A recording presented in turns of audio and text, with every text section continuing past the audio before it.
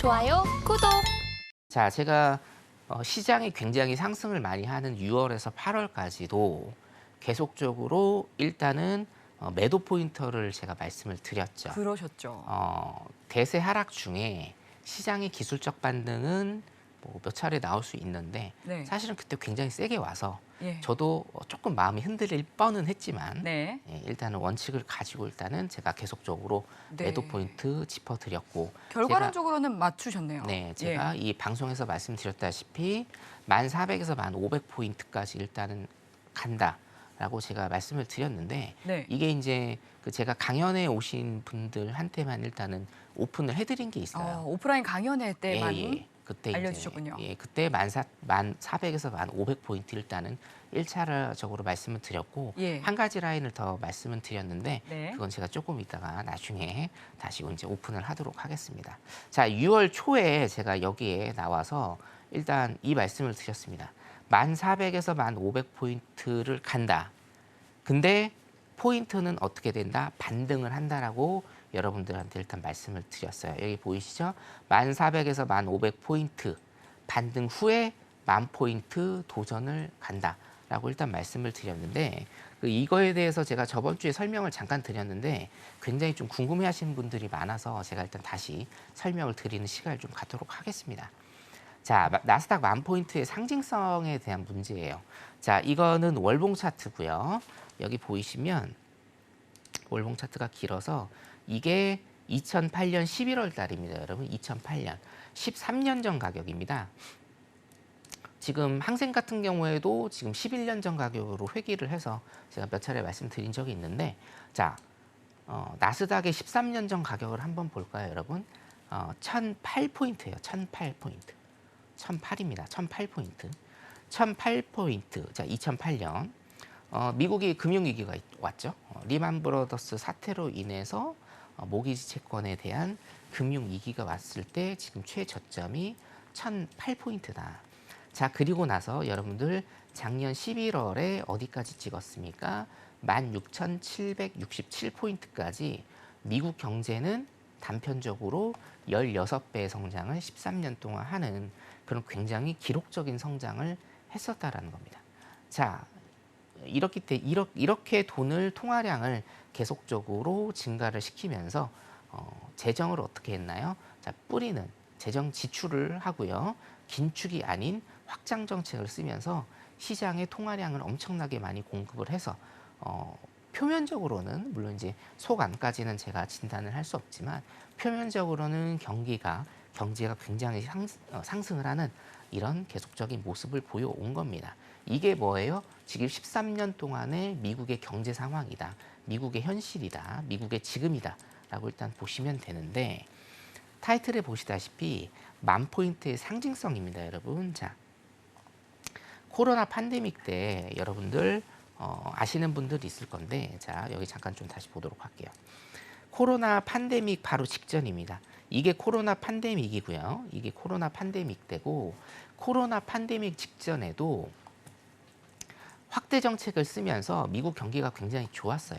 자, 그러면서 우리가 이슈가 좀 하나 있었죠.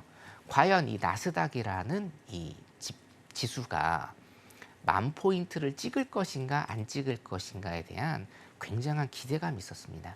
근데 2008년, 자, 2020년 그리고 2019년 후반기부터 이 나스닥 선물시장 그리고 미국 선물시장을 보신 분들은 일단은 기억이 나실 건데 자, 만스탁을 가느냐 못 가느냐 굉장히 우리가 심도 높게 봤었죠. 근데 여기 보시면 9,700, 9,800선을 찍고 밑으로 내려왔습니다, 여러분. 그래서 10,000포인트를 가기가 굉장히 힘든 포인트구나라고 우리가 느꼈던 시대가 있었어요. 그게 불과 3년이 안 됐습니다, 여러분. 불과 3년여 전에는요, 정말로 나스닥이 10,000포인트를 넘어서 갈 것인지 거기에 우리가 초점을 굉장히 많이 맞췄는데 9,700, 9,800까지 가고 나서 꼬꾸라지는 모습을 여러분들이 보시고 자, 코로나 팬데믹 때 6,600까지 찍었습니다. 그래서 10,000포인트는 못 가겠구나. 하지만 시장은 기적적으로 V자 반등을 그리면서 10,000포인트를 넘었습니다. 자, 그런데 사실은 이게 중요한 거예요. 자, 10,000포인트를 넘기 위해서 여러분 나스닥은요 5주 동안 치열한 전쟁을 벌였습니다. 10,000포인트에서 1, 2주 하루 이틀이 아니고요. 5주 동안 정말 하루도 빼지 않고 정말 치열한 싸움을 벌인 포인트가 어디다? 10,000포인트다.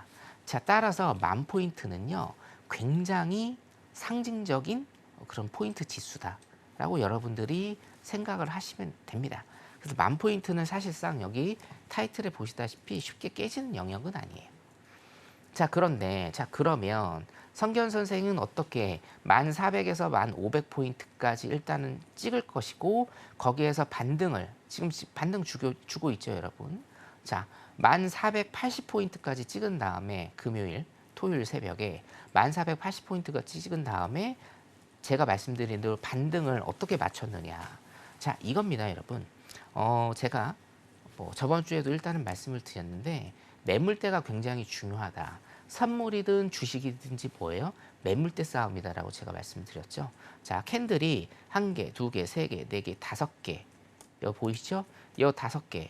굉장히 치열하게 10,000포인트에서 싸우면서 지지를 받고 10,000포인트로 올라간 이 지점 보이시죠?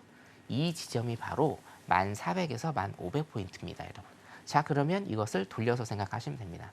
1,400에서 1,500포인트에 굉장히 강력한 지지대가 형성이 돼 있고, 그 지지대가 형성이 돼 있다는 것은 뭡니까? 무슨 뜻이죠? 굉장히 힘이 큰 매물대가 여기 쌓여 있다는 거예요. 그렇기 때문에 시장은 1,400에서 1,500포인트. 자료 잠깐 내리고 차트 잠깐 보도록 하죠. 자, 네. 그래서 시장 같은 경우에는 여기 네. 보시면 일봉을 잠깐 보도록 할게요. 자, 일봉을 보시면 시장 같은 경우에 자, 토요일 날 새벽입니다. 우리나라 시각으로 토요일 날 새벽에 1,484포인트 여기까지 일단은 찍은 다음에 1,400에서 1,500포인트의 굉장히 강력한 지지대가 형성이 돼 있어서 시장은 반등을 할 것이다 라고 제가 6월 달에 맞춘 그대로 지금 시장은 반등을 하고 있습니다. 자, 그럼 이 시장이 반등을 하는 것이 과연 매수세의 유입이냐? 그거는 매수세의 유입이고 진정한 변곡이냐? 아직 그거는 아니라는 거 여러분들이 잘 아실 겁니다. 진정한 변곡은 아니고 이건 뭐예요? 기술적 반등일 뿐입니다. 기술적 반등일 뿐이고 21선을 터치하고 다시 위로 올라가느냐 아니면 21선 밑에서 형성이 되느냐에 따라서 10,000포인트를 다시금 건드릴 수 있는 자, 1,484기 때문에 지금 틱수로 치면요, 여러분 2,000틱이 안 됩니다. 2,000틱 같은 경우는 하루 만에 갈 수 있는 그런 틱수죠. 자, 그렇기 때문에 10,000포인트가 어떻게 될 건지는 지금 기술적 반등 나오는 걸로 봐서 여러분들이 앞으로 제 방송 같이 들으시면서 한번 판단해 보시면 될 것 같습니다. 오늘 사실은 차트 기술적 분석에 굉장히 중요한 말씀을 제가 드렸는데 자, 과연 어떻게 1년여 전부터 1,400, 1,500 그렇게 지지받고 오르는 것을 예상할 수 있었는지 그리고 6월 달에 제가 어떻게 이거를 확신을 가져서 강연회 때 2달 동안의 강연회 때 1,400, 1,500 간다. 그리고 지지받고 튀어오르면서 다시금 10,000포인트 도전을 할 것이다. 이게 어떻게 차트에서 활용이 되고 여러분들이 확인을 하실 수 있는지 제가 오늘 일단은 말씀을 드려봤습니다. 일단 여기까지 하도록 하겠습니다. 좋아요, 구독!